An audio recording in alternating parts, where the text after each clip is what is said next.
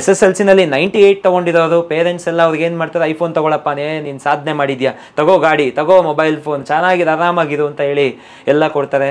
ಅಂತ SSLC 95 98 ತಗೊಂಡಿರೋರು PU ನಲ್ಲಿ fail ಆಗಿರೋ ಉದಾಹರಣೆ ಸಾಕಷ್ಟಿದೆ.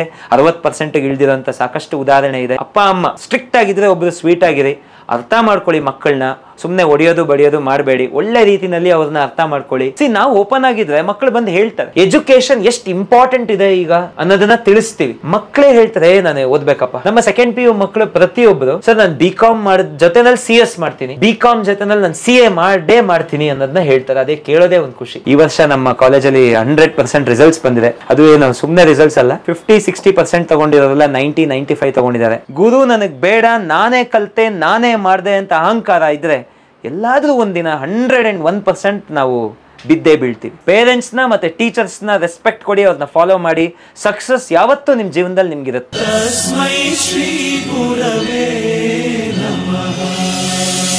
ಸರ್, ನಾವು ಯಾವ ಸ್ಟೂಡೆಂಟ್ಸನ್ನು ಎಲ್ಲೂ ಯಾರನ್ನು ಮೋಟಿವೇಟ್ ಮಾಡಿ ಯಾವ ಕಾಲೇಜ್ ಬಗ್ಗೆ ಸ್ಕೂಲ್ ಬಗ್ಗೆ ಇದು ಮಾಡಲ್ಲ. ಸೊ ಮಕ್ಕಳಿಗೀಗ ಏನಂತಂದರೆ ಸಂಜೆ ಹೊತ್ತು ಅವ್ರಿಗೆ ಗೈಡೆನ್ಸ್ ಕೊಡೋರು ಇರಬೇಕು. ಪೇರೆಂಟ್ಸ್ಗಳಿಗೆ ನಮ್ಗೆ ಅಷ್ಟು ನಾಲೆಡ್ಜ್ ಇಲ್ಲ.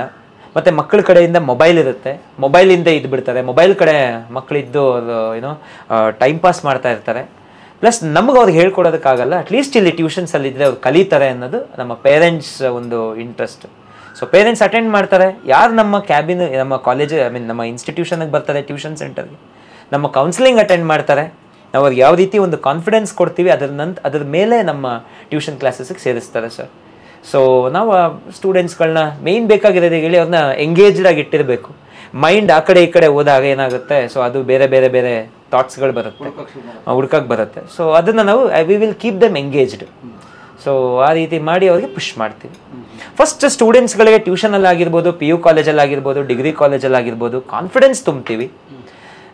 ಅಸಾಧ್ಯ ಅನ್ನೋದು ಯಾವುದೂ ಅಲ್ಲ, ಏನನ್ನು ಬೇಕಾದರೂ ಸಾಧನೆ ಮಾಡ್ಬೋದು. ನಿಮಗೆ ಆ ಛಲ ಹಠ ಅನ್ನೋದಿದ್ರೆ ಅನ್ನೋದನ್ನ ಅವರಲ್ಲಿ ತುಂಬಿಸ್ತೀವಿ. ಅವ್ರಿಗೆ ಸೈನ್ಸ್ ಬಗ್ಗೆ ತಿಳಿಸ್ತೀವಿ, ಕಾಮರ್ಸ್ ಬಗ್ಗೆ ತಿಳಿಸ್ತೀವಿ, ಪ್ರತಿಯೊಂದು ಆರ್ಟ್ಸು ಎಲ್ಲ ಕೋರ್ಸಸ್ಗಳ ಬಗ್ಗೆ ಅವ್ರಿಗೆ ಈಗ ನಮ್ಮ ಯಾವ್ಯಾವ ಥರ ಇದೆ ಅನ್ನೋದ್ರ ಬಗ್ಗೆ ತಿಳಿಸ್ತೀವಿ. ನಾವು ನಿಮ್ಮ ಒಂದು ಸ್ಟೂಡೆಂಟ್ಗೆ ನೋಡಪ್ಪ ನೀನು ಇದನ್ನೇ ಸೈನ್ಸೇ ತಗೋ, ಕಾಮರ್ಸೇ ತಗೋ, ನೀನು BCAನೇ ಮಾಡು, ನೀನು ಡಿಗ್ರಿನೇ ಮಾಡು ಹೇಳಲ್ಲ. ಎಲ್ಲ ಕ್ಷೇತ್ರದಲ್ಲೂ ಅಚೀವ್ ಮಾಡಿರೋರನ್ನ ಏನೋ ರೆಗ್ಯುಲರ್ ಆಗಿ ಅವ್ರಿಗೆ ಕ್ಲಾಸಸ್ಸಲ್ಲಿ ಕರೆಸಿ ಅವ್ರ ಕಡೆಯಿಂದ ಮಾತಾಡಿಸ್ತೀವಿ. ಅವರ ಹೇಗೆ ಓದಿದ್ರು, ಅವ್ರು ಯಾವ ರೀತಿ ಸಾಧನೆ ಮಾಡಿದ್ರು ಅನ್ನೋದನ್ನ ಮಕ್ಕಳ ಮುಂದೆ ತೋರಿಸ್ತೀವಿ, ಅದನ್ನು ಮಕ್ಕಳಿಗೆ ಅಥವಾ ಹೇಳ್ತೀವಿ. ಸೊ ಮಕ್ಕಳಿಗೆ ಅದನ್ನು ಚೂಸ್ ಮಾಡೋದಕ್ಕೆ ಬಿಡ್ತೀವಿ. ಎಜುಕೇಷನ್ ಎಷ್ಟು ಇಂಪಾರ್ಟೆಂಟ್ ಇದೆ ಈಗ ಅನ್ನೋದನ್ನು ತಿಳಿಸ್ತೀವಿ. ಮಕ್ಕಳೇ ಹೇಳ್ತಾರೆ ನಾನು ಓದಬೇಕಪ್ಪ. ನಮ್ಮ ಸೆಕೆಂಡ್ PU ಮಕ್ಕಳು ಪ್ರತಿಯೊಬ್ಬರು ನನಗೇನು ಖುಷಿ ಅಂದರೆ ಅವ್ರು ನೆಕ್ಸ್ಟ್ ಮಾಡೋದು ಬಿಡೋದು secondary, next. But second PU ಆಗಿರೋರು ಸರ್ ನಾನು BCom ಮಾಡಿದ ಜೊತೆನಲ್ಲಿ CS ಮಾಡ್ತೀನಿ, BCom ಜೊತೆನಲ್ಲಿ ನಾನು CA ಮಾಡ್ತೀನಿ ಅನ್ನೋದನ್ನ ಹೇಳ್ತಾರೆ. ಅದೇ ಕೇಳೋದೇ ಒಂದು ಖುಷಿ. ಕೆಲವರು ಮಾಡ್ತಾ ಇದ್ದಾರೆ ಸರ್, ಮಾಡ್ತಾ ಇದ್ದಾರೆ.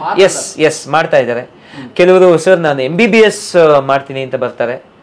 ಸೈನ್ಸ್ ನೋಡೋಣ, MBBS ಮಾಡೋ ಇಂಟ್ರೆಸ್ಟ್ ಇದೆ ನೋಡೋಣ ಅಂತ ಬರ್ತಾರೆ. 2 years ಅವ್ರಿಗೆ ಯಾವ ರೀತಿ ನಾವಿಲ್ಲಿ ಕೌನ್ಸಿಲಿಂಗ್ ಮಾಡ್ತೀವಿ, ಯಾವ ರೀತಿ ಅವೇರ್ನೆಸ್ ಕೊಡ್ತೀವಿ ಅಂದರೆ ನಾನು MBBS ಮಾಡಬೇಕು ಅಂತ ಅವರೇ ಹೇಳ್ತಾರೆ.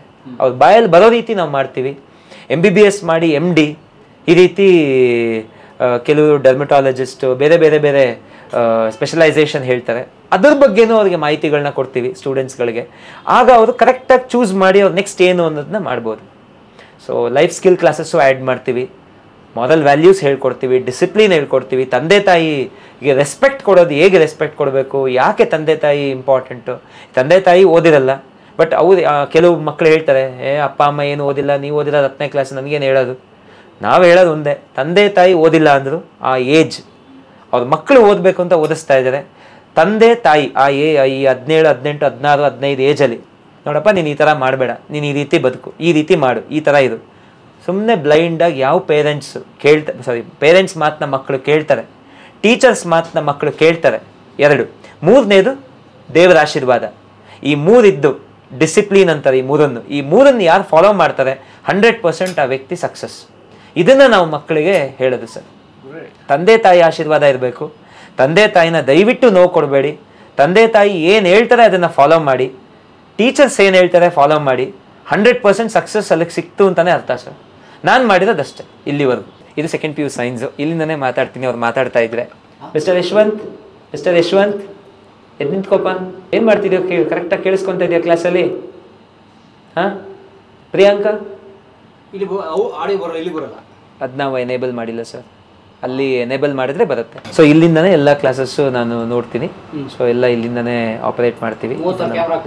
ಎಸ್ ಸರ್, ಎಲ್ಲ ಇಲ್ಲಿಂದನೇ ನಡೆಯುತ್ತೆ. ಬನ್ನಿ ನಾವು ಜೈ ಹಿಂದ್ ಟೂರ್ ಕಂಟಿನ್ಯೂ ಮಾಡೋಣ. ನಮ್ಮ ಪ್ರಿನ್ಸಿಪಲ್ ಕ್ಯಾಬಿನ್ ನಿಮಗೆ ನಾನು ತೋರಿಸ್ತೀನಿ, ಬನ್ನಿ ಸರ್. ಇವರು ನಮ್ಮ ಡಾಕ್ಟರ್ ಮುನಿರಾಜು ಅಂತ ಸರ್. ನಮಸ್ಕಾರ ಸರ್. ಸೊ 8-9 ಡಿಗ್ರಿ ಮಾಡಿದ್ದಾರೆ, ಸಕಲ ಕಲಾ ವಲ್ಲಭ. ಸೊ ಕನ್ನಡದಲ್ಲಿ ಸಾಕಷ್ಟು ಅಚೀವ್ ಮಾಡಿದ್ದಾರೆ. ಹೆಮ್ಮೆಯ ಕನ್ನಡಿಗ ಅಂತ ಒಂದು ಪ್ರಶಸ್ತಿ ಸಹ ಬಂದಿದೆ ಅವ್ರಿಗೆ. ರೂರಲ್ ಬ್ಯಾಕ್ಗ್ರೌಂಡಲ್ಲಿ ಓದ್ಕೊಂಡು ಬಂದಂಥವ್ರು, ಗೌರ್ಮೆಂಟ್ ಸ್ಕೂಲಲ್ಲಿ ಓದ್ಕೊಂಡು ಬಂದಂಥವ್ರು. ಸೊ ತುಂಬ ಹಾರ್ಡ್ ವರ್ಕ್ ಮಾಡಿ, ಆ ಕಮಿಟ್ಮೆಂಟು, ಹಾರ್ಡ್ ವರ್ಕು, ಡೆಡಿಕೇಶನ್ ಇವರಿಂದ ನೋಡಿ ಕಲಿಬೇಕು.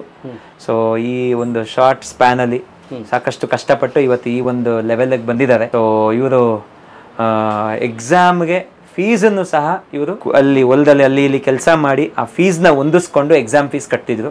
ಎಲ್ಲ ಗೌರ್ಮೆಂಟ್ ಕಾಲೇಜು, ಗೌರ್ಮೆಂಟ್ ಸ್ಕೂಲಲ್ಲಿ ಓದಿರೋದು. ಬಟ್ ಆ ಒಂದು ಆ ಚಾತುರ್ಯ, ಮತ್ತು ಒಂದು ಆ ಸ್ಪಾರ್ಕ್ ಅನ್ನೋದು ಏನಿತ್ತೋ ಇವರಲ್ಲಿ, ಆ ಡೆಡಿಕೇಶನ್, ಸೊ ನಮ್ಮ ಮುನಿರಾಜು ಅವ್ರನ್ನ ಇವತ್ತು ಈ ಲೆವೆಲ್ಗೆ ಪ್ರಿನ್ಸಿಪಲ್ ಪೊಸಿಷನ್ವರೆಗೂ ತೊಗೊಂಬಂದಿದೆ. ತುಂಬ ಸರಳವಾಗಿ ಕಾಣ್ತಾರೆ. ಹೌದು ಸರ್. 8-9 ಡಿಗ್ರಿ ಇದೆ, PhD ಮಾಡಿದ್ದಾರೆ, ಸಾಕಷ್ಟು ಪೇಪರ್ ಪ್ರೆಸೆಂಟೇಷನ್ಸ್ ಮಾಡಿದ್ದಾರೆ. ನಮಗೆ ಅವರು ಒಂಥರ ಸ್ಫೂರ್ತಿ ಇದ್ದ ಹಾಗೆ. ನಮಗೆ ಮೋರ್ ದ್ಯಾನ್ 1 ಡಿಕೇಡಿನ ನಮಗೂ ಕನೆಕ್ಟೆಡ್. ಟ್ಯೂಷನ್ಸಲ್ಲಿ ಕೋಆರ್ಡಿನೇಟರ್ ಆಗಿ ಜಾಯ್ನ್ ಆದರು. ಸ್ಕೂಲಲ್ಲಿ ವರ್ಕ್ ಮಾಡ್ತಿದ್ರು, ಸ್ಕೂಲು ಕಾಲೇಜಲ್ಲಿ. ಸೊ ಸಂಜೆ ನಮ್ಮ ಟ್ಯೂಷನ್ಸಲ್ಲಿ ನಮಗೆ ಸಪೋರ್ಟ್ ಮಾಡ್ತಾಯಿದ್ರು. ಅವರಲ್ಲಿರೋಂಥ ಒಂದು ಟ್ಯಾಲೆಂಟ್ನ ನಾನು ಗುರುತಿಸಿ ಹಾಗೆ PU ಮತ್ತು ಡಿಗ್ರಿ ಇನ್ಚಾರ್ಜ್ ಕೊಟ್ಟಿದ್ದೀನಿ. ಸೊ ಚೆನ್ನಾಗಿ ನಡೆಸ್ತಾ ಇದ್ದಾರೆ. ಈ ವರ್ಷ ನಮ್ಮ ಕಾಲೇಜಲ್ಲಿ 100% ರಿಸಲ್ಟ್ಸ್ ಬಂದಿದೆ. ಅದು ಏನು ಸುಮ್ಮನೆ ರಿಸಲ್ಟ್ಸ್ ಅಲ್ಲ, PU ಆ್ಯಂಡ್ ಡಿಗ್ರಿ 50-60% ತೊಗೊಂಡಿರೋರೆಲ್ಲ 90-95 ತೊಗೊಂಡಿದ್ದಾರೆ. ಅದೇ ನಮ್ಮ main plus point, main track record ನಮ್ಮ ಜೈ ಹಿಂದ್ದು. 55 ತೊಗೊಂಡಿರೋರು 85, 62 ತೊಗೊಂಡಿರೋರು 93. ಸ್ಟೇಟ್ ಟಾಪರ್ 12ನೇ ಸ್ಟೇಟ್ ಟಾಪರ್ 98% ಏನು ತೊಗೊಂಡಿದ್ದಾರೆ ನಮ್ಮ ಕಾಲೇಜಲ್ಲಿ. PU ಅವರು 74% ತೊಗೊಂಡಿದ್ರು SSLCನಲ್ಲಿ, ಈಗ 98 ತೊಗೊಂಡಿದ್ದಾರೆ. ಸರ್ ಇನ್ನೊಂದು ನಮ್ಮ ರಿಸಲ್ಟು ಸಿಂಚನ ಅಂತ. ಸೊ ಅವ್ರು ಬಂದು 55% SSLC, 90% ತೊಗೊಂಡಿದ್ದಾರೆ. ಅವ್ರ ಅಕ್ಕ ತಂಗಿ ಇಬ್ಬರು ಒಂದೇ ನಮ್ಮ ಕಾಲೇಜಲ್ಲಿ ಓದಿದ್ದು. ತಂಗಿನ ಅಡ್ಮಿಷನ್ ಮಾಡಿದ್ರು. ಅಕ್ಕ SSLC ಆದಮೇಲೆ ಡ್ರಾಪ್ ಔಟ್, 55 ಬಂದಿದೆ, ಸಾಕು ನಾನು ಮನೆಯಲ್ಲಿ ಇರ್ತೀನಿ, ನಾನು ಇನ್ನು ಓದೋದಿಲ್ಲ ಅಂತ ಹೇಳಿದ್ರು. ಇಲ್ಲಿ ಓರಿಯೆಂಟೇಷನ್ ಪ್ರೋಗ್ರಾಮ್ ನಾನು ಕಂಡಕ್ಟ್ ಮಾಡಿದೆ. ತಂಗಿನ ಅಡ್ಮಿಷನ್ ಮಾಡಿದ್ರು ಫಸ್ಟ್ PU. ತಂಗಿ SSLCನಲ್ಲಿ ಒಂದು 80 ಏನೋ ಬಂದಿದ್ರು, ಈಗ 95 ಬಂದಿದ್ದಾರೆ. ಸೊ ಅಕ್ಕ ಅದನ್ನು ನೋಡಿ ನಾನು ಫಸ್ಟ್ PU ತಂಗಿ ಜೊತೆನೋ ಕಲಿತೀನಿ ಅಂತಂದ್ಬಿಟ್ಟು ತಂದೆ ತಾಯಿಗೆ ಬಿಡಲಿಲ್ಲ.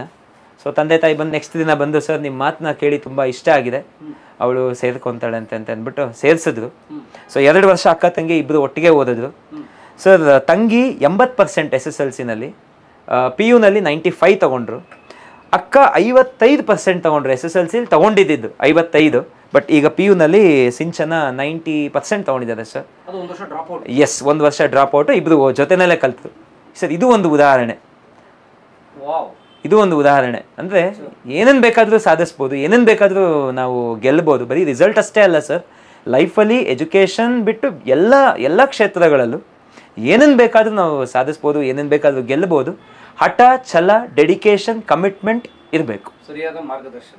S, very important sir. ಗುರು ವೆರಿ ವೆರಿ ಇಂಪಾರ್ಟೆಂಟ್. ಗುರು ನನಗೆ ಬೇಡ, ನಾನೇ ಕಲಿತೆ, ನಾನೇ ಮಾಡಿದೆ ಅಂತ ಅಹಂಕಾರ ಇದ್ದರೆ ಎಲ್ಲಾದರೂ ಒಂದಿನ 101% ನಾವು ಬಿದ್ದೇ ಬೀಳ್ತೀವಿ.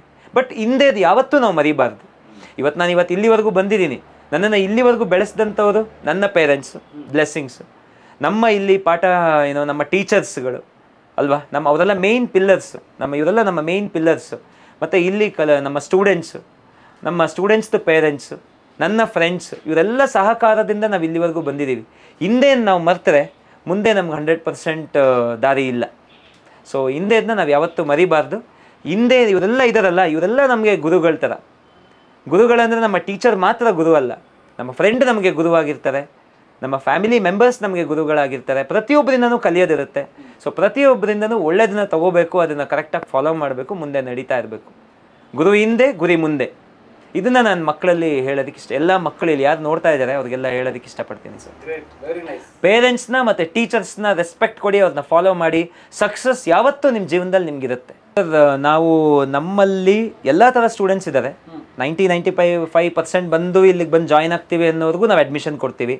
50% ಇದೆ, 60% ಇರ್ತಾರೆ. ಅವ್ರಿಗೆ ಕೌನ್ಸಿಲಿಂಗ್ ಮಾಡ್ತೀವಿ ಬಂದಾಗ. ಸೊ ಅವರಲ್ಲಿ ಆ ಒಂದು ಇಂಟ್ರೆಸ್ಟ್ ಅವರಲ್ಲಿ ಯಾಕೆ ಅವರು ಸರ್ ನಾನು ಒಂದೇ ಹೇಳೋದಕ್ಕೆ ಇಷ್ಟಪಡ್ತೀನಿ, ಆ ಮಕ್ಕಳು 50 ತೊಗೊಂಡಿದ್ದಾರೆ ಅಂದರೆ ಅವ್ರು ವೇಸ್ಟ್ ಅಲ್ಲ. ಮಾರ್ಗದರ್ಶನ ಸರಿ ಇಲ್ಲದೆ ಇರ್ಬೋದು, ಅಥವಾ ಅವ್ರಿಗೇನೋ ಹೆಲ್ತ್ ಇಶ್ಯೂಸೋ ಏನೋ ಒಂದು ಮತ್ತೊಂದು ಮಗದೊಂದು ಏನೋ ಒಂದು ಆಗಿದೆ, ಆದ್ದರಿಂದ ಅವ್ರು ಆ ಥರ ಆಗಿರ್ತಾರೆ. ಅವ್ರನ್ನ ಯಾಕೆ ನಾವು ದಾರಿಗೆ ತರಬಾರ್ದು? ಅದು ತುಂಬ ಎಫರ್ಟ್ಸ್ ಆಗುತ್ತೆ, ತುಂಬ ಕಷ್ಟ ಆಗುತ್ತೆ ಸರ್, ಅಷ್ಟು ಸುಲಭ ಅಲ್ಲ. ಅವ್ರನ್ನ ದಿನ ಕೌನ್ಸಿಲಿಂಗ್, ಒಂದೇ ರಾತ್ರಿಯಲ್ಲಿ ಅವ್ರನ್ನ 50 90 ತರ್ಸೋಕ್ಕಾಗಲ್ಲ. ಅದಕ್ಕೆ 1 ವರ್ಷ 2 ವರ್ಷ ಅವರಿಗೆ ರೆಗ್ಯುಲರ್ ಕೌನ್ಸಿಲಿಂಗ್ ಬೇಕು, ಅವರಿಗೆ ರೆಗ್ಯುಲರ್ ಮಾರ್ಗದರ್ಶನಗಳು ಬೇಕಾಗ್ತಾ ಇರುತ್ತೆ ಅಲ್ವಾ. ಸೊ ಪ್ರತಿಯೊಂದನ್ನು ಅವ್ರಿಗೆ ನಾವು ಕೊಡ್ತಾ ಅವ್ರನ್ನ ನಿಧಾನಕ್ಕೆ ಒಳ್ಳೆ ದಾರಿನಲ್ಲಿ ತೊಗೊಂಡು ಬರೋದೇ ನಮ್ಮ ಜೈ ಹಿಂದದು ಉದ್ದೇಶ ಸರ್. ಇದಕ್ಕಿಂತ ಇನ್ನೊಂದು ಏನು ಹೇಳ್ಬೇಕಂದ್ರೆ, ನಮ್ಮಲ್ಲಿ ಲಾಸ್ಟ್ 2 years ಬ್ಯಾಕ್ SSLCನಲ್ಲಿ ಸಪ್ಲಿಮೆಂಟ್ರಿನಲ್ಲಿ ಪಾಸ್ ಆಗಿದ್ದು, ಫೇಲ್ ಆಗಿದ್ದು ಫಸ್ಟ್ ಎಕ್ಸಾಮಲ್ಲಿ. ಸೆಕೆಂಡ್ ಎಕ್ಸಾಮಲ್ಲಿ ಅವರು ಪಾಸ್ ಆಗಿದ್ದು. ಆ್ಯಕ್ಚುಲಿ ಅವ್ರಿಗೆ ಸುತ್ತಮುತ್ತಲು ಯಾವ ಕಾಲೇಜಲ್ಲೂ ಸೀಟ್ ಸಿಕ್ಕಿರಲಿಲ್ಲ. 1 ತಿಂಗಳು ತಡವಾಗಿ ಬಂದರು. ಸೊ ಆ ಮಕ್ಕಳು ಇಲ್ಲೇ ಇದ್ದಾರೆ. ಸೊ ಆ ಮಕ್ಕಳು ತಡವಾಗಿ ಇಲ್ಲಿ ಬಂದು ಅಪ್ರೋಚ್ ಮಾಡಿದ್ರು, ನಿಮಗೆ ಬೇಕಾದಂಥವ್ರು ಈ ಥರ ಇದ್ದಾರೆ ನೋಡಿ ಹೆಲ್ಪ್ ಮಾಡಿ ಅಂತಂದರು. ಸೊ ಆ 3 ಜನ ಬೇರೆ ಬೇರೆ ಇಂಟರ್ವಲ್ ಟೈಮಲ್ಲಿ ಬಂದು, ಜುಲೈ ಟೈಮಲ್ಲಿ. ಸೊ ಅದನ್ನೆಲ್ಲ ನಾವು ಅಡ್ಮಿಷನ್ ತೊಗೊಂಡ್ವಿ, ಚಾಲೆಂಜಿಂಗ್ ಆಗಿ ತೊಗೊಂಡು ಆ ಮಕ್ಕಳಿಗೆ ಸೆಕೆಂಡ್ PU ನಲ್ಲಿ ಅಬೌವ್ 80% ತೊಗೊಂಡಿದ್ದಾರೆ ಸರ್. SSLCನಲ್ಲಿ 1-2 ಸಬ್ಜೆಕ್ಟ್ ಫೇಲ್ ಆದಂಥವ್ರನ್ನ ಸೆಕೆಂಡ್ PU ನಲ್ಲಿ ಫಸ್ಟ್ ಅಟೆಂಪ್ಟಲ್ಲಿ 80% ತೊಗೊಳಂಗೆ ಮಾಡಿದ್ವಿ, 80 ಆ್ಯಂಡ್ ಅಬೌವ್ ತೊಗೊಳಂಗೆ ಮಾಡಿದ್ದೀವಿ ಸರ್. ಇದು ನಮ್ಮ ಜೈ ಹಿಂದ್, ನಮ್ಮ ಟೀಚರ್ಸ್, ನಮ್ಮ ಪ್ರಿನ್ಸಿಪಲ್. ಸರ್ ನಾವು ಪೇರೆಂಟ್ಸ್ ಹೇಳೋದಿಷ್ಟೇ, ನಿಮ್ಮ ಮಕ್ಕಳು ಭವಿಷ್ಯದಲ್ಲಿ ಏನೋ ಒಂದು ಸಾಧನೆ ಮಾಡಬೇಕು, ಏನೋ ಒಂದು ಅಚೀವ್ ಮಾಡಬೇಕು. ತಂದೆ ತಾಯಿಗಳು ಕಷ್ಟಪಡ್ತಾ ಇರೋದಕ್ಕೆ ಮಕ್ಕಳು ಅದನ್ನು ಒಳ್ಳೆಯದನ್ನು ಮಾಡಿ ಒಳ್ಳೆ ದಾರಿಲಿ ಹೋಗಿ ಒಳ್ಳೆ ಸಕ್ಸಸ್ ತಗೊಳ್ಬೇಕು ಅನ್ನೋದಿದ್ರೆ ಜೈ ಹಿಂದ್ ಬೆಸ್ಟ್ ಪ್ಲೇಸ್ ಸರ್. ತಂದೆ ತಾಯಿ ಹತ್ರ ಕೋಟಿಗಟ್ಟಲೆ ಆಸ್ತಿ ಇರ್ಬೋದು, ಅರ್ಥ ಆಯ್ತಾ. ಎಷ್ಟೋ ಸೈಟ್ಗಳಿದೆ, ಕೆಲವರು ಹೇಳ್ತಾರೆ ಎಷ್ಟೋ ಸೈಟ್ಗಳಿದೆ, ತಿಂಗಳಿಗೆ 5 ಲಕ್ಷ 4 ಲಕ್ಷ ಬಾಡಿಗೆ ಬರುತ್ತೆ. ಮಕ್ಕಳಿಗೆ ಅದನ್ನೆಲ್ಲ ತಿಳಿಸ್ಬಾರ್ದು. ಮಕ್ಕಳಿಗೆ ಆಸ್ತಿನ ಚೆನ್ನಾಗಿ ಮಾಡಿಡೋದಲ್ಲ ಪೇರೆಂಟ್ಸ್ ಎಲ್ಲ. ಸುಮಾರು ಜನ ತಂದೆ ತಾಯಿ ಅವ್ರಿಗೆ ಆಸ್ತಿ ಮಾಡೋದನ್ನ ನೋಡ್ತಿರ್ತಾರೆ, ಮಾಡಿ, ಬಟ್ ದಯವಿಟ್ಟು ಅವ್ರಿಗೆ ತಿಳಿಸ್ಬೇಡಿ, ಅವರನ್ನು ಆಸ್ತಿಯನ್ನಾಗಿ ಮಾಡಿ ಅಂತ ನಾನು ಕೇಳ್ಕೊತೀನಿ. ನಾನೆಲ್ಲ ನನ್ನ ಪೇರೆಂಟ್ಸ್ಗಳಿಗೆ ದಯವಿಟ್ಟು ದುಡ್ಡು, ಈ mobile phone, friends, Facebook, Instagram, ಈ ಸೋಷಿಯಲ್ ಮೀಡಿಯಾ ಏನಿದೆ, ಸೊ ದಯವಿಟ್ಟು ದೂರ ಇರಿ. ಮತ್ತು ಮಕ್ಕಳಲ್ಲಿ ಆ ದುರಹಂಕಾರ, ಈ ದುಡ್ಡಿದೆ ಆ ದುರಹಂಕಾರನ ದಯವಿಟ್ಟು ಕಲಿಸ್ಬೇಡಿ, ಅದನ್ನು ನಾನು ತಿಳಿಸ್ತೀನಿ. ಎಷ್ಟೇ 10 ಕೋಟಿ ಆಸ್ತಿ ಇರಲಿ, ಎಜುಕೇಷನ್ ಮುಂದೆ ಯಾವುದೂ ಇಲ್ಲ. ಎಜುಕೇಷನ್ ಎಲ್ಲದನ್ನು ಮೀರಿ ಇರುತ್ತೆ ಸರ್. ಎಜುಕೇಷನ್ಗೆ ಫಸ್ಟ್ ಪ್ರಯಾರಿಟಿ ಸರ್. ನನ್ನ 10 ಕೋಟಿ ಆಸ್ತಿ ಇದೆ ಅಂದ್ಕೊಳ್ಳಿ, ಈ ಕಡೆ ಎಜುಕೇಷನ್ ಇದೆ ಅಂದ್ಕೊಳ್ಳಿ, ಯಾವುದು ತೂಕ ಜಾಸ್ತಿ? ಎಜುಕೇಷನ್ಗಿರೋ ತೂಕ ಯಾವುದಕ್ಕೂ ಇಲ್ಲ ಸರ್.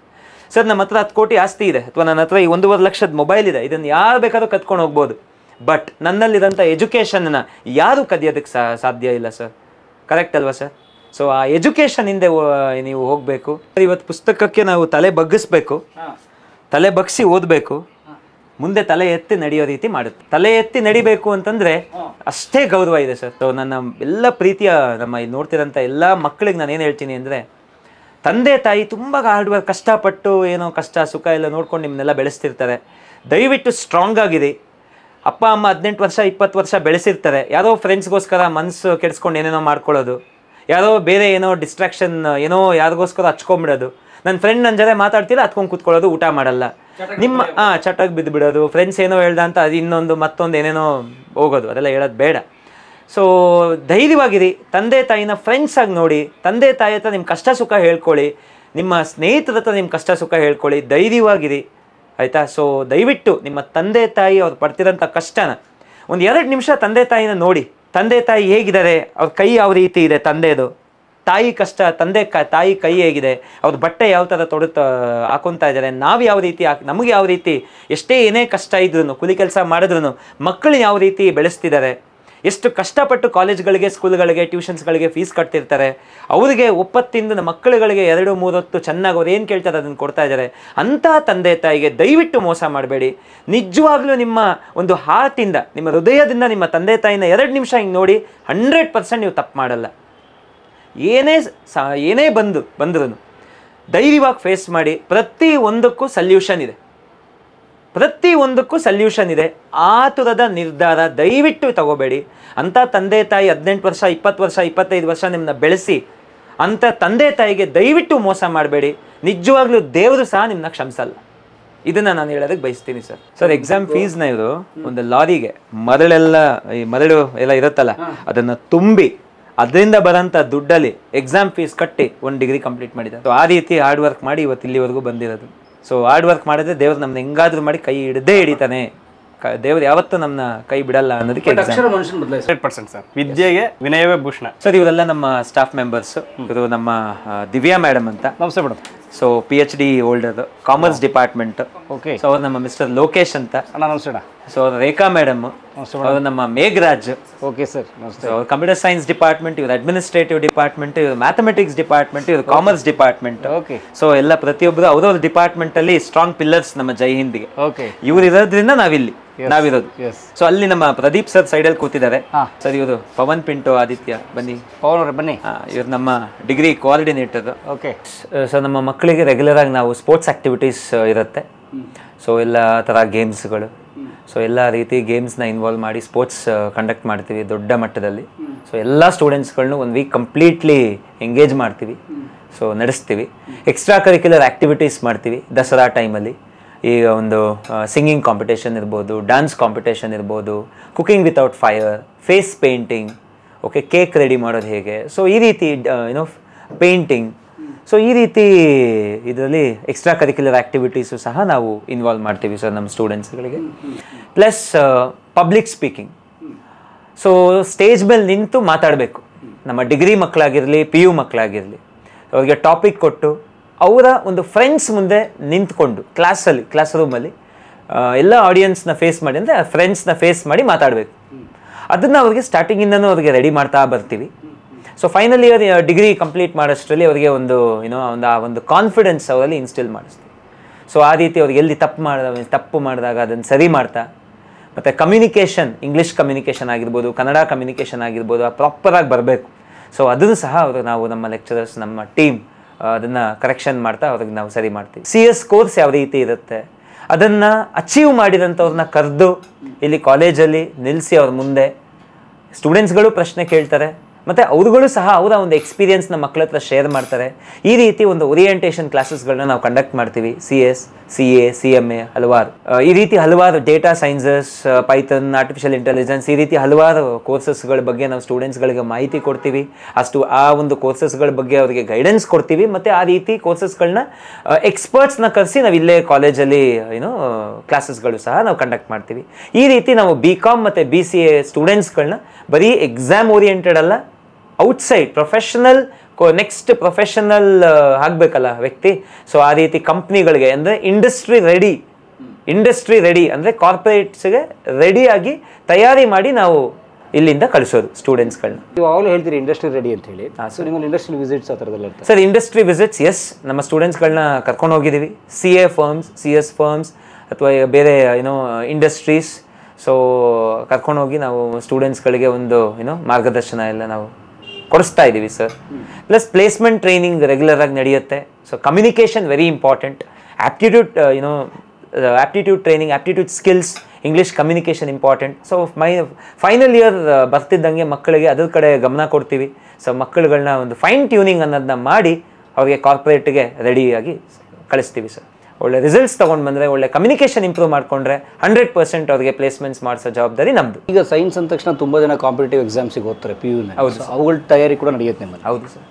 ಸರ್ ಈಗ ಸೈನ್ಸ್ ಸೆಕೆಂಡ್ PU ಬೋರ್ಡ್ ಎಕ್ಸಾಮ್ಸನ್ನು ಪ್ರಾಕ್ಟೀಸ್ ಮಾಡಿ ಅವರು ಚೆನ್ನಾಗಿ ಪ್ರಾಕ್ಟೀಸ್ ಮಾಡಿದ್ರೆ 1.5 ಹೇಗೋ ಮಾಡಿ ಕ್ಲಿಯರ್ ಮಾಡ್ಬೋದು. ಸೊ ಬಟ್ ಈ neat exams, CET exam, JEE exam ಆಗಿರ್ಬೋದು, ಅಥವಾ CA ಅಥವಾ CS ಯಾವುದೇ ಆಗಿರ್ಬೋದು, ಕಾಂಪಿಟೇಟಿವ್ ಎಕ್ಸಾಮ್ಸ್ಗಳನ್ನ 365 ಡೇಸ್ ಹಾರ್ಡ್ ವರ್ಕ್ ಇರಬೇಕು. ಆ 365 ಹಾರ್ಡ್ ವರ್ಕ್ ಮಾಡೋ ರೀತಿ ನಾವು ಸ್ಟೂಡೆಂಟ್ಸ್ಗಳನ್ನ ಗೈಡ್ ಮಾಡ್ತೀವಿ. ಎಕ್ಸ್ಪರ್ಟ್ಸ್ ಕಡೆಯಿಂದ 30 ವರ್ಷ 40 ವರ್ಷ ಎಕ್ಸ್ಪೀರಿಯನ್ಸ್ ಇರೋಂಥ ಎಕ್ಸ್ಪರ್ಟ್ಸ್ ಕಡೆಯಿಂದ NEET, CET, JEE, CA, CS ಗೈಡೆನ್ಸ್ಗಳನ್ನ ನಾವು ನಮ್ಮ ಮಕ್ಕಳಿಗೆ ಕೊಡ್ತೀವಿ. ಸೊ ನೀಟ್ ಮತ್ತು CET ಕಂಪ್ಲೀಟ್ ಎಕ್ಸ್ಕ್ಲೂಸಿವ್ ಆಗಿ ನಾವು ನಮ್ಮ ಸ್ಟೂಡೆಂಟ್ಸ್ಗೆ ಗೈಡೆನ್ಸ್ ಕೊಡ್ತೀವಿ. ಈ ವರ್ಷ JEE ಮೇನ್ಸ್ ಸಾಕಷ್ಟು ಜನ ಕ್ಲಿಯರ್ ಮಾಡಿದ್ದಾರೆ. ಮತ್ತು ಪ್ರತಿ ವರ್ಷ ನಮ್ಮಲ್ಲಿ 40 ಜನ ಸೆಕೆಂಡ್ PU ಎಕ್ಸಾಮ್ ಬರೀತಾರೆ ಅಂದರೆ 40 ಜನರಲ್ಲಿ 40 ಜನ ಸಕ್ಸಸ್ಫುಲ್ ಆಗಿ ಆಚೆ ಹೋಗ್ತಾರೆ. ಅದರಲ್ಲಿ ಇಂಜಿನಿಯರಿಂಗ್ ಸೆಕ್ಟರ್ ಆಗಿರ್ಬೋದು ಅಥವಾ ಮೆಡಿಕಲ್ ಸೆಕ್ಟರ್ ಆಗಿರ್ಬೋದು. ಅಬ್ರಾಡಲ್ಲೂ ಸಹ MBBS ನಮ್ಮ ಹುಡುಗರು ಮಾಡ್ತಾ ಇದ್ದಾರೆ. ಸೊ ಇದು ನಮ್ಮ ಮೇನ್ ನಮ್ಮ ಜೈ ಹಿಂದ್ ಸರ್. ಸೊ ಜೈ ಹಿಂದ್ ಮುಂದಿನ ಯೋಜನೆಗಳು ಸರ್? ಮುಂದಿನ ಯೋಜನೆ ಇನ್ನೂ ಸ್ಟ್ರೆಂತ್ ಇನ್ಕ್ರೀಸ್ ಮಾಡಬೇಕು. ಸೊ ನಮ್ಮ ಎಲ್ಲ ಸ್ಟೂಡೆಂಟ್ಸ್ಗಳು ಸಕ್ಸಸ್ಫುಲ್ ಆಗಿ ಹೋಗೋದನ್ನು ನಾನು ಇನ್ನೂ ನೋಡಬೇಕು ಅಂತ ಇಷ್ಟಪಡ್ತೀನಿ ಸರ್. ಸೊ ಜೈ ಹಿಂದ್ ಇನ್ನೂ ಹಲವಾರು ಬ್ರಾಂಚಸ್ಗಳನ್ನ ಓಪನ್ ಮಾಡಬೇಕು. ಒಂದಲ್ಲ ಒಂದು ದಿನ ಒಂದು ಯೂನಿವರ್ಸಿಟಿ ಆಗಿ ಜೈ ಹಿಂದ್ನ ತೊಗೊಂಡು ಹೋಗ್ಬೇಕು ಅನ್ನೋದು ನನ್ನ ಆಸೆ ಸರ್. ಸೊ ಅದು ನನ್ನ ಕನಸು, ನೋಡೋಣ, ದೇವರಿದ್ದಾನೆ. ಸೊ ನಮ್ದೇನೂ ಇಲ್ಲ, ಒಂದು ಹುಲ್ಕಡ್ಡಿನೂ ಹಲ್ಲಾಡ್ಬೇಕಂದ್ರೆ ಶಿವನ ಆಜ್ಞೆ ಇರಬೇಕು. ಸೊ ನಾವು ಡೆಸ್ಟಿನಿ ಚೈಲ್ಡ್. ಸೊ ದೇವ್ರು ಯಾವ ರೀತಿ ದಾರಿ ತೋರಿಸ್ತಾನೆ ಆ ರೀತಿ ಹೋಗೋದು ಸರ್. 100% ಹಾರ್ಡ್ ವರ್ಕ್ ಅಂತೂ ಇದ್ದೇ ಇರುತ್ತೆ ನಮ್ದು. ಸೊ ನಮ್ಮ ವೈಫ್ ನಂದಿನಿ ಅಂತ, so very loving caring wife. So ಅವ್ರ ಸಪೋರ್ಟ್ ಇಲ್ಲ ಅಂತಂದರೆ ನಾನು ರನ್ನಿಂಗಿಗೂ ಹೋಗೋದಕ್ಕಾಗಲ್ಲ, ಅಥವಾ ಕಾಲೇಜ್ ಮತ್ತು ಟ್ಯೂಷನ್ಸಲ್ಲಿ overall complete the whole day ನಾನು ಎಂಗೇಜ್ ಆಗಿರೋದಕ್ಕಾಗಲ್ಲ. ಸೊ ಅವರು ಸಹ ನನಗೆ ಟ್ಯೂಷನ್ಸಲ್ಲಿ ಸಹಕಾರ ಕೊಡ್ತಾರೆ. ಅವ್ರ ಕಡೆಯಿಂದ ಏನೇನಾಗುತ್ತೋ ಅವರು ಸಹಕಾರ ಕೊಡ್ತಾ ಇದ್ದಾರೆ. ಅವ್ರಿಗೂ ಸಹ ಈಗ ನಾನು MBA ಮತ್ತು ಅವ್ರಿಗೂ ಸ್ವಲ್ಪ ಆ್ಯನಿಮೇಷನ್ ರಿಲೇಟೆಡ್ ಕೋರ್ಸಸ್ಗಳಿಗೆಲ್ಲ ಹಾಕಿದ್ದೀನಿ. ಸೊ ಅವರು ಸಹ ಬ್ಯುಸಿ ಇದ್ದಾರೆ. ಸೊ ಈ ರೀತಿ ನನಗೆ 2 years ಒಂದು ಮಗಳಿದ್ದಾಳೆ, ಕಶ್ವಿ ಅಂತ. ಏನು ಕಶ್ವಿ ಅಂದರೆ? ಕಶ್ವಿ ಅಂತಂದರೆ ಸಕ್ಸಸ್, ಜಾಯ್. ಅವ್ರು ಬಹುಶಃ ನೀವೇ ಅವರು ಸರ್? ನಾನೇ. ಸ್ಪೋರ್ಟ್ಸ್ ಮ್ಯಾನ್ ಅಂದರೆ ರನ್ನಿಂಗ್ ಮಾಡ್ತೀನಿ. ಸೊ ರನ್ನಿಂಗಲ್ಲಿ ತುಂಬ ಇಂಟ್ರೆಸ್ಟ್ ಇದೆ, ಅದೊಂದು ಪ್ಯಾಷನ್. ಜಯನಗರ್ ಜಾಗ್ವಾರ್ಸ್ ಅಂತ ಇದೆ ರನ್ನಿಂಗ್ ಕ್ಲಬ್, ಇಂಡಿಯಾನಲ್ಲಿ ಲಾರ್ಜೆಸ್ಟ್ ರನ್ನಿಂಗ್ ಕ್ಲಬ್. ಸೊ ಅದರದ್ದು ಕೋಚ್ ಬಂದು ಪ್ರಮೋದ್ ದೇಶಪಾಂಡೆ. ನಾನಿಲ್ಲಿ ವಿಜಯನಗರಲ್ಲಿ ನಮ್ಮದೇ ಆದಂಥ ಒಂದು ಗ್ರೂಪ್ ಇದೆ. ಸೊ ಅಲ್ಲಿ ವಿಜಯ್ ಅಂತ ಹೆಡ್, ಅದಕ್ಕೆ TC ಟ್ರೈನಿಂಗ್ ಹೆಡ್. ಸೊ ಅಲ್ಲಿ ನಾನು ಅವ್ರ ಅಂಡರ್ ಟ್ರೈನ್ ಮಾಡ್ತಾ ಇದ್ದೀನಿ ಸರ್. ಈಗಾಗಲೇ ಒಂದು 8-9 ವರ್ಷದಿಂದ ಓಡ್ತಾ ಇದ್ದೀನಿ. ಸುಮ್ಮನೆ ಏನೋ ತೂಕ ಇಳಿಸ್ಬೇಕು, ಒಂದು ಫಿಟ್ನೆಸ್ ಮೇಂಟೈನ್ ಮಾಡಬೇಕು ಅಂತ 5 kilometers 3 kilometers ಇರುತ್ತೆ ಅಂತ ಹೋಗಿ ಜಾಯ್ನ್ ಆದೆ. ಅಲ್ಲಿ ಹೋಗಿ ಇಳಿದ ಮೇಲೆ ಗೊತ್ತಾಯಿತು ಅದು ರನ್ನಿಂಗ್ ಅಂದರೆ ಬರೀ 5 kilometers 8 kilometers ಅಲ್ಲ. ರನ್ನಿಂಗ್ ಅಂದರೆ 5 ಇದೆ, 10 ಇದೆ, 21 ಇದೆ. 21ನ 21 kilometers ಮಾಡಿದ್ರೆ ಹಾಫ್ ಮ್ಯಾರಥಾನ್ ಅಂತ ಕರೀತಾರೆ. 42 ಮಾಡಿದ್ರೆ 42 kilometers ಓಡಿದ್ರೆ ಫುಲ್ ಮ್ಯಾರಥಾನ್ ಅಂತ ಕರೀತಾರೆ. 50, 100, 150, 200 ಈ ರೀತಿ ಎಲ್ಲ ಕಿಲೋಮೀಟರ್ಸ್ ರನ್ ಮಾಡೋರು ದಿಗ್ಗಜರು ಸುಮಾರು ಜನ ಇದ್ದಾರೆ. ಸೊ ನಾವು ಅಲ್ಲಿವರೆಗೂ ಏನು ರೀಚ್ ಆಗಿಲ್ಲ. ತಕ್ಕ ಮಟ್ಟಿಗೆ ಒಂದು 8-9 ವರ್ಷದಿಂದ ಓಡ್ತಾ ಇದ್ದೀನಿ. ಸೊ ಏನೋ ಒಂದು ಖುಷಿ. ಸೊ ಬೆಳಗ್ಗೆ 4 ಗಂಟೆ ಎದ್ದೇಳಬೇಕು, ವೀಕ್ಲಿ 3 days ರನ್ನಿಂಗ್ ಹೋಗ್ತೀನಿ, 3 days ಜಿಮ್ಮಲ್ಲಿ ವರ್ಕೌಟ್ಸ್ ಮಾಡ್ತೀನಿ. So physical activity very important. ಮನುಷ್ಯನಿಗೆಲ್ಲ ಇದೆ, ಹೆಲ್ತ್ ಇಲ್ಲ ಅಂದರೆ waste. So health is wealth. ಅಂದರೆ ಹೆಲ್ತ್ಗೆ ಫಸ್ಟ್ ಪ್ರಿಫರೆನ್ಸ್ ನಾವು ಹ್ಯೂಮನ್ ಬೀಯಿಂಗ್ಸಾಗಿ ನಾವು ಕೊಡಬೇಕಾಗಿರೋದು. ಯಾಕೆಂದರೆ ನಾವು ಕೊನೆಗಳಿಗೆ ಇರೋವರೆಗೂ ಹೆಲ್ದಿಯಾಗಿರಬೇಕು, ಫಿಟ್ಟಾಗಿರಬೇಕು, ನಮ್ಮ ಕೆಲಸ ನಾವು ಮಾಡ್ಕೋಬೇಕು.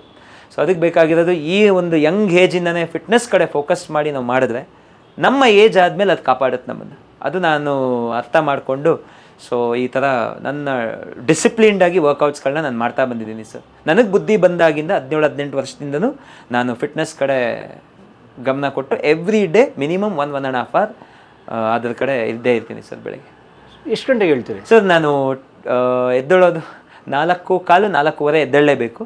5:10 ಗ್ರೌಂಡಲ್ಲಿ ಇರಲೇಬೇಕು. ಇಲ್ಲೇ ವಿಜಯನಗರ BGS ಸ್ಟೇಡಿಯಮ್.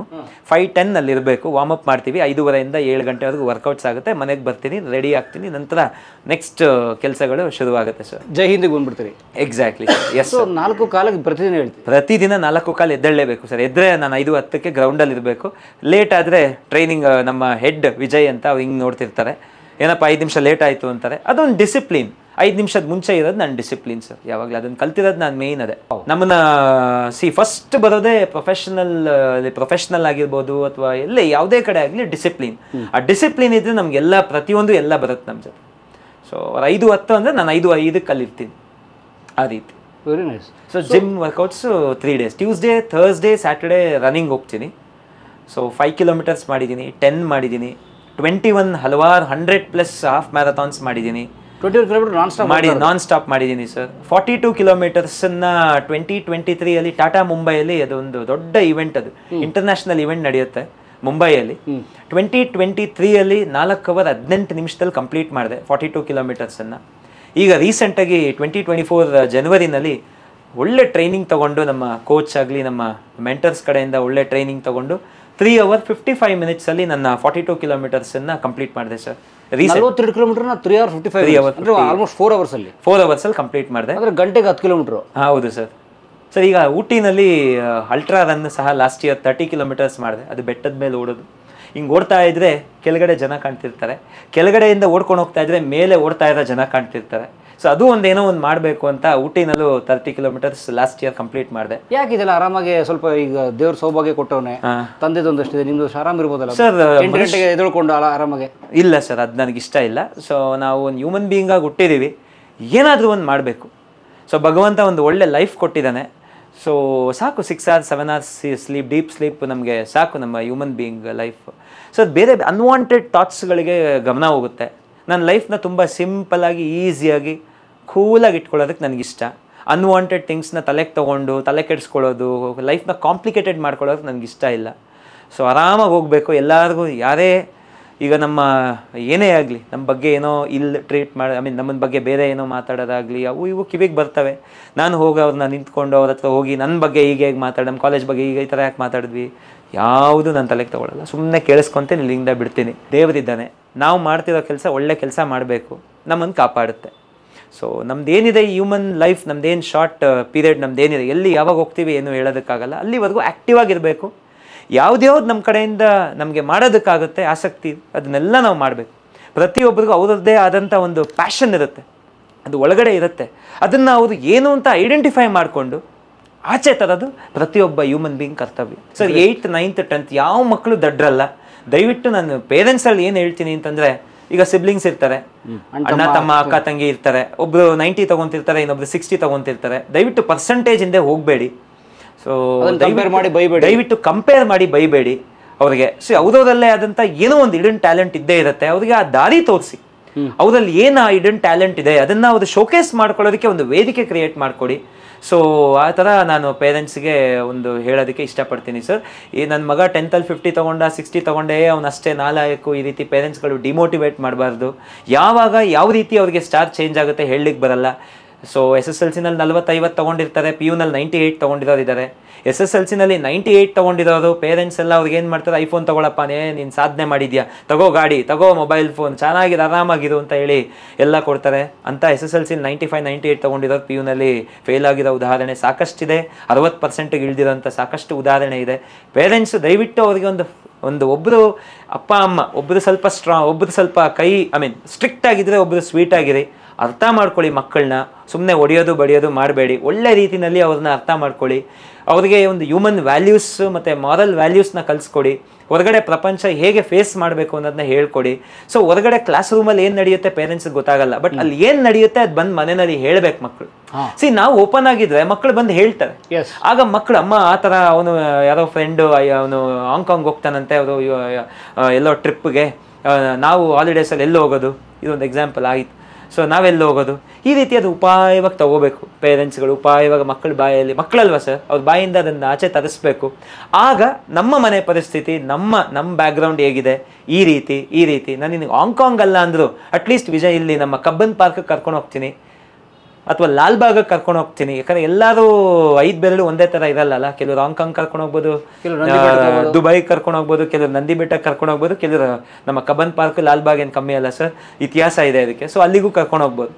ಸೊ ಆ ರೀತಿ ಅವರು ಅದನ್ನು ಅರ್ಥ ಮಾಡಿಸಿ ಮಕ್ಕಳು ಇಮ್ಮಿಡಿಯೇಟಾಗಿ ಒಪ್ಕೋಬೇಕು. ಓಕೆ ಅಮ್ಮ, ಆಯ್ತಮ್ಮ, ನೀನೇನು ಹೇಳ್ತೀಯ ಹಂಗೆ ಅಪ್ಪ, ಓಕೆ ಅಪ್ಪ. ಮಕ್ಕಳು ದಿನಾ ತಪ್ಪು ಮಾಡ್ತಾರೆ. ಅವ್ರಿಗೆ ನಾವು ಯಾವ ರೀತಿ ಅವ್ರಿಗೆ ಕೌನ್ಸಲ್ ಮಾಡ್ತೀವಿ, ಅವ್ರಿಗೆ ಯಾವ ರೀತಿ ನಾವು ಹೇಳ್ತೀವಿ, ದಿನ ತಪ್ಪು ಮಾಡಲಿ, ಹೊಸ ತಪ್ಪು ಮಾಡಲಿ, ಅದನ್ನೇ ಮಾಡಬಾರ್ದು. ಹೊಡಿಯೋದು, ನೀನು ಹಿಂಗೆ ಮಾಡಿದೆ, ನಾನು ಹಾಗೆ ಮಾಡಿದೆ, ಎರಡು ಕೊಡೋದು, ಬಡಿಯೋದು, ಅವ್ರ ಮುಂದೆ ಅವಮಾನ ಮಾಡೋದು, ಈ ರೀತಿ ಮಾಡಬಾರ್ದು. ನಿಧಾನ ಕೂರಿಸಿ ನೀವು ಮಾಡಿದ ತಪ್ಪು ಅಂತ ಅರ್ಥ ಮಾಡಿಸ್ಬೇಕು. ಅದು ಆ ಥರ ರೀತಿಯಲ್ಲಿ, ಒಂದು ಒಳ್ಳೆ ರೀತಿಯಲ್ಲಿ ಪೇರೆಂಟಿಂಗ್ ಅನ್ನೋದನ್ನ ಏನು ಹೇಳ್ತೀವಿ ಅಂತಂದರೆ ಮಕ್ಕಳಲ್ಲಿ 100% ಒಳ್ಳೆ ಡಿಸಿಪ್ಲಿನ್ ಬರುತ್ತೆ. ಸೊ ಮಾರ್ಕ್ಸ್ ಸೆಕೆಂಡ್ರಿ, ಅದು ಆಟೋಮೆಟಿಕಲಿ ಹಿಂದೆ ಬರುತ್ತೆ. ಸೊ ಒಂದು ಒಳ್ಳೆ ಡಿಸಿಪ್ಲಿನ್ ಬಂದರೆ ಆಟೋಮೆಟಿಕಲಿ ಹಿಂದೆ ಬರುತ್ತೆ ಅಂತ ಹೇಳಿದ್ನಲ್ಲ ಸರ್. ಸೊ ಅದನ್ನು ಪೇರೆಂಟ್ಸ್ಗಳು ತರಬೇಕು. ಬಹುಶಃ ನಿಮ್ಮ ಸ್ಪೋರ್ಟ್ಸ್ಮನ್ಶಿಪ್ ನಿಮ್ಮ ಸಂಸ್ಥೆಯ ಅಭಿವೃದ್ಧಿಗೆ ತುಂಬ ಯೂಸ್ ಆಗಿದೆ. ಎಸ್ ಅದು ನನಗೆ ಸ್ಪೋರ್ಟ್ಸ್ಮನ್, ಎಸ್ ಸರ್, ಅದು ಅಲ್ಲಿ ಡಿಸಿಪ್ಲಿನ್ IBML ಒಂದು ಕಲ್ಚರ್ ಕಲಿತೆ. ಸೊ ಇದು ನನ್ನ ರನ್ನಿಂಗ್ ಜರ್ನಿನಲ್ಲೂ ಸಾಕಷ್ಟು ಒಂದು ಎಂಡ್ಯೂರೆನ್ಸ್, ಆ ಪೇಷನ್ಸ್ ಅನ್ನೋದನ್ನ ಕಲ್ತಿದ್ದೀನಿ. ಸೊ ಅದು ಕಲಿತು ನನಗಿಲ್ಲಿ ಅದು ಯೂಸ್ ಮಾಡ್ಕೊಳ್ಳೋದಕ್ಕೆ ಆಗ್ತಾ ಇದೆ ಸರ್. ಗ್ರೇಟ್. ಈಗ ನಾಳೆ ನಮ್ಮ 28th April Tata consultancy services TCS international world 10K event ಇದೆ. ಅದ್ರಲ್ಲಿ ಪಾರ್ಟಿಸಿಪೇಟ್ ಮಾಡ್ತಾ ಇದ್ದೀವಿ ನಾವು ನಮ್ಮ ರನ್ನಿಂಗ್ ಗ್ರೂಪಲ್ಲಿ. 10 ಕಿಲೋಮೀಟರ್ಸ್ ರನ್ನಿಂಗ್ ಸರ್. ಅದು ನಮ್ಮ ಕಂಠೀರವ ಸ್ಟೇಡಿಯಂ ಹತ್ರ ಸ್ಟಾರ್ಟ್ ಆಗುತ್ತೆ. ಸೊ ಅಲ್ಲಿಂದ ಅದು ಲೂಪ್ ಇದೆ ಸರ್, 10 ಕಿಲೋಮೀಟರ್ಸ್ ಇದೆ. ಸೊ ಅದ್ರ ಪ್ರಕಾರ ಓಡ್ಬೇಕು. ನಾವು ನಿಲ್ಲಂಗಿಲ್ಲ ಸರ್. ನಿಂತ್ಕೊಂಡು ಓಡೋರು ಇದ್ದಾರೆ, ಬಟ್ ನಾನಿಲ್ಲ. ಸುಸ್ತಾಯ್ತು ಸರ್, ಕುತ್ಕೊಂಡು ಸ್ವಲ್ಪ ಕಾಫಿ ಕುಡ್ಕೊಂಡು ಹೋಗ್ತೀನಿ. ಇಲ್ಲ ಸರ್, ಅದೆಲ್ಲ ಇಲ್ಲ. ನಮ್ಮಂತ ಆ ರೀತಿ ಟ್ರೈನ್ ಮಾಡಿರ್ತೀವಿ ಸರ್. ಸರ್ ನೀವು you have to get trained under coach. So Appu sir ಕೂಡ ಓಡ್ತಿದ್ರು ಮ್ಯಾರಥಾನ್. ಅಪ್ಪು ಸರ್ ನಮ್ಮ ಜೊತೆ ಇರ್ತಿದ್ರು, ಅವರೇ ಫ್ಲಾಗ್ ಆಫ್ ಎಲ್ಲ ಮಾಡೋರು. ಸೊ ಈಗ ಅವ್ರನ್ನ ಮಿಸ್ ಮಾಡ್ಕೊಂತೀವಿ. ನಮಸ್ತೆ. ಹೇಗಿದ್ದೀರಿ? ಚೆನ್ನಾಗಿದ್ದೀನಿ. ಬಾಲ್ಯದಲ್ಲಿ ಚೆನ್ನಾಗಿ ಓದ್ತಿದ್ದೆ. ಅವನಿಗೆ ಇದು ಚಿಕ್ಕ ಚಿಕ್ಕ ಮಕ್ಳಿಗೆ ಪಾಠ ಹೇಳ್ಕೊಳ್ದು ಟ್ಯೂಷನ್ ಆ ಥರ ಮಾಡೋದು ಅದೆಲ್ಲ ತುಂಬ ಇಷ್ಟ. ಬೋರ್ಡ್ ತಂದು ಕೊಟ್ಟಿದ್ರು ಅವರಪ್ಪ, ಅದರಲ್ಲಿ ಬರೆಯೋದು ಬರೆದು ಪ್ರಾಕ್ಟೀಸ್ ಮಾಡೋದು. ಆಮೇಲೆ ಚಿಕ್ಕ ಚಿಕ್ಕ ಮಕ್ಕಳೆಲ್ಲ ಅಕ್ಕಪಕ್ಕ ಮಕ್ಕಳೆಲ್ಲ ಬರ್ತಿದ್ರಲ್ಲ ಅವ್ರನ್ನೆಲ್ಲ ಕೂರಿಸ್ಕೊಂಡು ಹೇಳ್ಕೊಡೋದು ಅದೆಲ್ಲ ಆ ಥರ ಎಲ್ಲ ತುಂಬ ಇಂಟ್ರೆಸ್ಟ್ ಇತ್ತು. ಅವಾಗನೇ ಅಂದ್ಕೊಂಡು ಇವನೇನೋ ಟೀಚಿಂಗ್ ಫೀಲ್ಡ್ ಏನೋ ಮಾಡ್ತಾನೆ, ಈ ಥರ ಏನೋ ಮಾಡ್ತಾನೆ ಅನ್ಕೋತಿದ್ವಿ. ಆಮೇಲೆ ಅವರಪ್ಪ BE ಮಾಡಿದ್ದು BE ಇದು ಮಾಡಿಸಿದ್ರು. ನೀವು ನೋಡಿದ್ರಲ್ಲ ಒಂದು ಬೋರ್ಡೆಲ್ಲ ಏನು ಎಜುಕೇಷನ್ ಎಲ್ಲ. ಆಮೇಲೆ ಇದು ಮಾಡ್ತೀನಿ ಅಂತಂದೆ, ಸರಿ ಅದು ಮಾಡಪ್ಪ ಅಂತ. ಬೇಡಪ್ಪ ನೀನು IBM ಸಾಫ್ಟ್ವೇರ್ ಇಂಜಿನಿಯರ್ ಹೋಗು ಆರಾಮಾಗಿ. ಇಲ್ಲ ಖಂಡಿತ ಇಲ್ಲ, ಇದೆಲ್ಲ ಅವ್ರ ಇಷ್ಟನೇ ನಮ್ಮ ಇಷ್ಟ ಅಲ್ವಾ. ಕಲಾ ಮಾಧ್ಯಮ ಯೂಟ್ಯೂಬ್ ಚಾನಲ್ ನಮ್ಮ ಪರಮೇಶ್ವರ್ ಸರ್. ಸೊ ಅವ್ರಿಗೆ ಆಗಲೇ 1 lakhs ಟುಗೆದರ್ ಫಾಲೋವರ್ಸ್ ಇದ್ದಾರೆ. ಒಳ್ಳೊಳ್ಳೆ ಕಾನ್ಸೆಪ್ಚುಯಲ್ ವೀಡಿಯೋಸ್ನ ರೆಗ್ಯುಲರಾಗಿ ತರ್ತಿರ್ತಾರೆ. ಸೊ ಇನ್ ಡೆಪ್ತ್ ಹೋಗ್ತಾರೆ. ಅಕ್ರಾಸ್ ದ ಗ್ಲೋಬ್ ಅವ್ರಿಗೆ ಫಾಲೋವರ್ಸ್ ಇದ್ದಾರೆ. ದಯವಿಟ್ಟು ಪ್ರತಿಯೊಬ್ಬರು ಅದನ್ನು ಫಾಲೋ ಮಾಡಿ ಅವ್ರ ವೀಡಿಯೋಸನ್ನು ಕರೆಕ್ಟಾಗಿ ಕೇಳಿ ನಿಜವಾಗ್ಲೂ 100% ನೀವೇನಾದರೂ ಅದರಲ್ಲಿ ಕಲಿತೀರಾ. ಪ್ಲಸ್ ಅದನ್ನು ಲೈಕ್ ಮಾಡಿ ಕಲೀರಿ, ನೀವು ಕಲ್ತ್ಕೊಳ್ಳಿ ಮತ್ತು ಬೇರೆಯವ್ರಿಗೆ ಶೇರ್ ಮಾಡಿ. So thank you so much sir. ನಿಮಗೆ ದೇವರು ಒಳ್ಳೆ ಆಯುಸ್ಸು ಆರೋಗ್ಯ ಎಲ್ಲ ಚೆನ್ನಾಗಿ ಕೊಟ್ಟು ಇನ್ನೂ ಹಲವಾರು ವೀಡಿಯೋಸ್ಗಳನ್ನ ಎಲ್ಲ ಜನರುಗಳ ಮುಂದೆ ನೀವು ಅದನ್ನು ತರ್ತಾ ಇರಬೇಕು ಸರ್. ಒಳ್ಳೆ ಕೆಲಸ ಮಾಡ್ತಾ ಇದ್ದೀರಾ sir. Hats off to you. ತುಂಬ ತುಂಬ ತುಂಬ ಒಳ್ಳೆ ಕೆಲಸ ಮಾಡ್ತಾ ಇದ್ದೀರಾ. ಧನ್ಯವಾದ ಸರ್. ನೀವು ಇನ್ನೂ ಕಂಟಿನ್ಯೂ ಮಾಡ್ತಾ ಇರಿ, ನಮ್ಮ ಸಹಕಾರ ನಿಮ್ಗಿರುತ್ತೆ. ಅಲ್ಲ, ಅವರು ನನ್ನ ಬಗ್ಗೆ ಹೇಳ್ತಾ ಇದ್ದಾರೆ. ಆ್ಯಕ್ಚುಲಿ ಜೈ ಹಿಂದ್ ಕಾಲೇಜು, ಪದವಿ ಪೂರ್ವ ಮತ್ತು ಪದವಿ ಕಾಲೇಜು ಅವ್ರು ಮಾಡ್ತಿರೋಂಥ ಕೆಲಸ ಎಂಥದ್ದು ಅಂತಂದರೆ, ನಾನು ಬಹುತೇಕ ಸಂಸ್ಥೆಗಳು ನೋಡಿದ್ದೀನಿ, ಎಜುಕೇಷನ್ ಇನ್ಸ್ಟಿಟ್ಯೂಟ್ಸು. ಅವರು ಒಂದು ಕಟ್ ಆಫ್ ಅಂತ ಇಟ್ಕೊಂಡಿರ್ತಾರೆ, 80, 85, 90 ಇಷ್ಟಿಷ್ಟೇ ಓದಿರೋರು ಬರಬೇಕು ಅಂಥೇಳಿ ಅಂತ. ಅಂದರೆ ಆಲ್ರೆಡಿ ತುಂಬ ಚೆನ್ನಾಗಿ ಓದುವಂಥ ಮಕ್ಕಳನ್ನ ತೊಗೊಂಡು ಅವ್ರು 1% 2% ಜಾಸ್ತಿ ಬರ್ಸೋಂಥ ಅಂತ ಆ ಥರದ್ದು ಮಾಡ್ತಾರೆ ತುಂಬ ಎಜುಕೇಷನ್ ಇನ್ಸ್ಟಿಟ್ಯೂಟ್ಸು. ಆದರೆ ಈ ಸಂಸ್ಥೆ ನಿಜವಾಗ್ಲೂ ಅವಶ್ಯಕತೆ ಇರೋಂಥ ಮಕ್ಕಳು ಸರಿಯಾದ ಮಾರ್ಗದರ್ಶನ ಇಲ್ಲದೆ ಇರೋ ಕಾರಣಕ್ಕೋ ಅಥವಾ ಯಾವುದೋ ಫೋಕಸ್ ಕಮ್ಮಿ ಆಗಿರೋ ಕಾರಣಕ್ಕೋ ಆ ಮಕ್ಕಳಿಗೆ 50%, 55% ಬಂದಂಥ ಮಕ್ಕಳು ಬಹುತೇಕರನ್ನ ತೊಗೊಂಡು ಅವರಲ್ಲಿ ಯಾರಿಗೂ ಸೀಟ್ ಇಲ್ಲ ಅಂತ ಹೇಳಿದೆ ಅಡ್ಮಿಷನ್ ಮಾಡಿಸ್ಕೊಂಡು ಆ ಮಕ್ಕಳನ್ನ ಏನು ಕೊರತೆ ಇದೆ, ಪ್ರತಿಯೊಂದು ಮಗುನೂ ವಿಶೇಷ ಅಂತ ಗುರುತಿಸಿ ಆ ಮಗುನಲ್ಲಿರುವಂಥ ಕೊರತೆನ ಗುರುತಿಸಿ ಅದಕ್ಕೆ ಸರಿಯಾದ ಮಾರ್ಗದರ್ಶನ, ಮೆಂಟರ್ಶಿಪ್ ಅಂತಾರಲ್ಲ, ಮೆಂಟರ್ಶಿಪ್ಪನ್ನ ಕೊಟ್ಟು ಆ ಮಕ್ಕಳನ್ನ 80-90 ತೊಗೊಳ್ಳೋಂಥ ಕೆಲಸಗಳನ್ನು ಮಾಡ್ತಿದ್ದಾರಲ್ಲ. ನಿಜವಾದ ಎಜುಕೇಷನ್ ಅಂದರೆ ಆ್ಯಕ್ಚುಲಿ ಇದು ಇಂಥ ಕೆಲಸ ಮಾಡಬೇಕಾಗಿರೋಂಥದ್ದು. ಅಂಥ ಕೆಲಸನ ಜೈ ಹಿಂದ್ ಪದವಿ ಪೂರ್ವ ಮತ್ತು ಪದವಿ ಕಾಲೇಜು ಮಾಡ್ತಾ ಇದೆ. ಜೊತೆಗೆ ಅವರ ಟ್ಯೂಷನ್ ಸೆಂಟರ್ ಕೂಡ, ಅಕಾಡೆಮಿ ಕೂಡ ಮಾಡ್ತಾ ಇದೆ. ಸೊ ಇಡೀ ನೋಡಿ ತಂಡ ಇಲ್ಲಿದೆ. ಎಲ್ಲರೂ ಪ್ಯಾಷನೇಟಿವ್ ಆಗಿ, ಅಂದರೆ ಶಿಕ್ಷಕರು, ನಾನೊಂದು ಮೊನ್ನೆ ಎಲ್ಲೋ ಕೇಳಿದೆ, ಜರ್ಮನಿಯಲ್ಲಿ ಟೀಚರ್ಸ್ ಏನಾದರೂ ಬೈ ಚಾನ್ಸು ಕೋರ್ಟ್ಗೆ ಏನಾದ್ರು ಹೋದರೆ ಜಡ್ಜ್ ನಿಂತ್ಕೋತಾರಂತೆ. ಫಸ್ಟು ಅವ್ರನ್ನ ಕಟ್ಕಡೆಗೆ ಬರೋಕ್ಕೆ ಬಿಡೋಲ್ಲ. ನಿಮ್ಮ ದಯವಿಟ್ಟು ಅಲ್ಲಿ ಕೂತ್ಕೊಳ್ಳಿ ಅಂತಂದ್ಬಿಟ್ಟು ಜಡ್ಜ್ ಅವ್ರು ಕೇಳ್ತಿರ್ತಾರೆ. ಹೇಳಿ ಏನಾಯ್ತು ಅಂದರೆ, ಟೀಚರ್ಸ್ಗೆ ನಂಬರ್ 1 ಸ್ಥಾನ ಎಲ್ಲಿ ಜರ್ಮನಿ ಥರದ ಮುಂದುವರೆದ ದೇಶಗಳಲ್ಲಿ. ಹಾಗಾಗಿ ಇಲ್ಲಿ ನಮ್ಮಲ್ಲಿ ಬಹುತೇಕರು ಏನಾಗಿದೆ, ಕೆಲವರು ಏನಾಗಿದ್ದಾರೆ, ಶಿಕ್ಷಕರು ಬೈ ಚಾನ್ಸ್ ಆಗಿಬಿಟ್ಟಿದ್ದಾರೆ. ಅಂದರೆ ಬೈ ಚಾನ್ಸ್ ಏನೂ ಆಗಿಲ್ಲ ಮೇಷ್ಟ್ರಾಗಿ, ಹಂಗಲ್ಲ. ಆದರೆ ಮೇಷ್ಟ್ರೇ ಆಗಬೇಕು, ಟೀಚರೇ ಆಗಬೇಕು, ನಾನು ಲೆಕ್ಚರರೇ ಆಗಬೇಕು, ಪ್ರೊಫೆಸರೇ ಆಗಬೇಕು, ಒಂದಷ್ಟು ವಿದ್ಯಾರ್ಥಿಗಳನ್ನು ರೂಪಿಸಬೇಕು ಅಂತನ್ನುವ ಮನಸ್ಥಿತಿ ಇದೆಯಲ್ಲ. ಯಾಕಂದರೆ ಆರೋಗ್ಯವಂತ ಪ್ರಜೆ, ಬುದ್ಧಿವಂತ ಶಿಕ್ಷಣವಂತ ಪ್ರಜೆ ಈ ದೇಶದ ನಿಜವಾದ ಆಸ್ತಿ. ಅಂಥ ಪ್ರಜೆಗಳನ್ನು ರೂಪಿಸುವಂಥ ಸಂಸ್ಥೆಗಳು ಈ ಜೈ ಹಿಂದ್ ಥರದ ಸಂಸ್ಥೆಗಳು. ಎಲ್ಲರೂ ಬೈ ಚಾಯ್ಸ್ ಅವರು ತಾವೇ ಶಿಕ್ಷಕರಾಗಬೇಕು ಅಂತ ಬಂದಿರುವಂಥ ಇಲ್ಲಿ ಶಿಕ್ಷಕರಿರುವಂಥದ್ದು. ಇವ್ರಿಗೆಲ್ರಿಗೂ ಒಳ್ಳೆಯದಾಗಲಿ, ಜೈ ಹಿಂದ್ ಸಂಸ್ಥೆಗೂ ಒಳ್ಳೆಯದಾಗಲಿ ಅಂತ ನಾನು ಕೇಳ್ಕೊತೇನೆ. ನಮ್ಮ JP ಅವರು ಡಾಕ್ಟರ್ ಜಯಪ್ರಕಾಶ್ ಅವರ ಮಾರ್ಗದರ್ಶನದಲ್ಲಿ ನಡೀತಿರುವಂಥ ಸಂಸ್ಥೆ ತುಂಬ ಅದ್ಭುತವಾಗಿ ನಡೀತಾ ಇದೆ. ಬನ್ನಿ ಸೇರ್ಕೊಳ್ಳಿ. This is not a promotion video. ನೀವು ಅಂದ್ಕೊಂಡ್ರೂ ಪರವಾಗಿಲ್ಲ, ಕಮೆಂಟ್ ಹಾಕಿರೂ ಪರವಾಗಿಲ್ಲ ಪ್ರಮೋಷನ್ ಅಂತ ಹೇಳಿ. ನನ್ನ ಮನಸ್ಸಿಗೆ ಗೊತ್ತಿದೆ ನಾವೇನು ಮಾಡ್ತಿದ್ವಿ ಅಂತೇಳಿ. ತುಂಬ ಅದ್ಭುತವಾದ ಸಂಸ್ಥೆ. ಮುಸ್ಕಾನ್ ಅವ್ರ ಉದಾಹರಣೆ ಇದೆ. 50+ ಬಂದಂಥ ವಿದ್ಯಾರ್ಥಿನಿ 98% ನೋಡಿ ಅಲ್ಲಿದೆ. 98% ಇಡೀ ರಾಜ್ಯಕ್ಕೆ 12ನೇ ರ್ಯಾಂಕ್ ಬಂದಂಥ ವಿದ್ಯಾರ್ಥಿನಿ. ಆ ರೂಪ ಕೊಡೋದು ಈ ಸಂಸ್ಥೆಯಲ್ಲಿ ಸ್ನೇಹಿತರೆ. ಸೊ ಇದಕ್ಕಿಂತಲೂ ಭಾಳ ಹೇಳಬೇಕಾದ ಅವಶ್ಯಕತೆ ಏನೂ ಇಲ್ಲ. ಬನ್ನಿ ಸೇರ್ಕೊಳ್ಳಿ, ಕಾಂಟ್ಯಾಕ್ಟ್ ಮಾಡಿ. ಟೆಕ್ಸ್ಟ್ ಬುಕ್ ಪಾಠ ಎಲ್ಲರೂ ಹೇಳ್ಕೊಡ್ತಾರೆ, ಆದರೆ ಬದುಕಿನ ಪಾಠ ಹೇಳ್ಕೊಡುವಂಥ ಅಪರೂಪದ ಸಂಸ್ಥೆ ಜೈ ಹಿಂದ್ ಸಂಸ್ಥೆ. ಒಳ್ಳೆಯದಾಗಲಿ. ಹೇಳಿ ಒಂದ್ಸಲ ಜೈ ಹಿಂದ್ ಎಲ್ರಿಗೂ. ಜೈ ಹಿಂದ್.